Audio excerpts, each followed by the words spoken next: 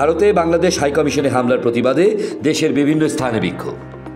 বাংলাদেশ হাইকমিশনে নিরাপত্তা দিতে ব্যর্থ হলে ভারত জাতিসংঘের সহযোগিতা নিতে পারে। মমতা ব্যানার্জির কথার জবাবে উপদেষ্টা আসিফ মাহমুদ। দুদকের অনুসন্ধান, বসুন্ধরার মালিকদের বিদেশে থাকা সম্পত্তি জব্দ করার আদেশ। ইসরায়েল হামাস যুদ্ধ অভিষেকের আগে জিম্মিরা মুক্ত না হলে ভয়াবহ পরিণতি ঘটবে বললেন ডোনাল্ড ট্রাম্প। গাজায় হত্যাযজ্ঞ চলছেই, নিহত আরও 37 ফিলিস্তিনি। ইসরায়েলকে গণহত্যায় দায়ী বর্ণবাদী রাষ্ট্র ঘোষণা করল অক্সফোর্ড ইউনিয়ন। ঘূর্ণিঝড় ফিনজালের আঘাতে শ্রীলঙ্কা ভারতে নিহত 20। কনকনে শীতে কাবু পঞ্চগড়, বিপর্যস্ত জনজীবন। মৌলভীবাজারে মোটরসাইকেল পিকআপ সংঘর্ষে 2 আরোহী নিহত।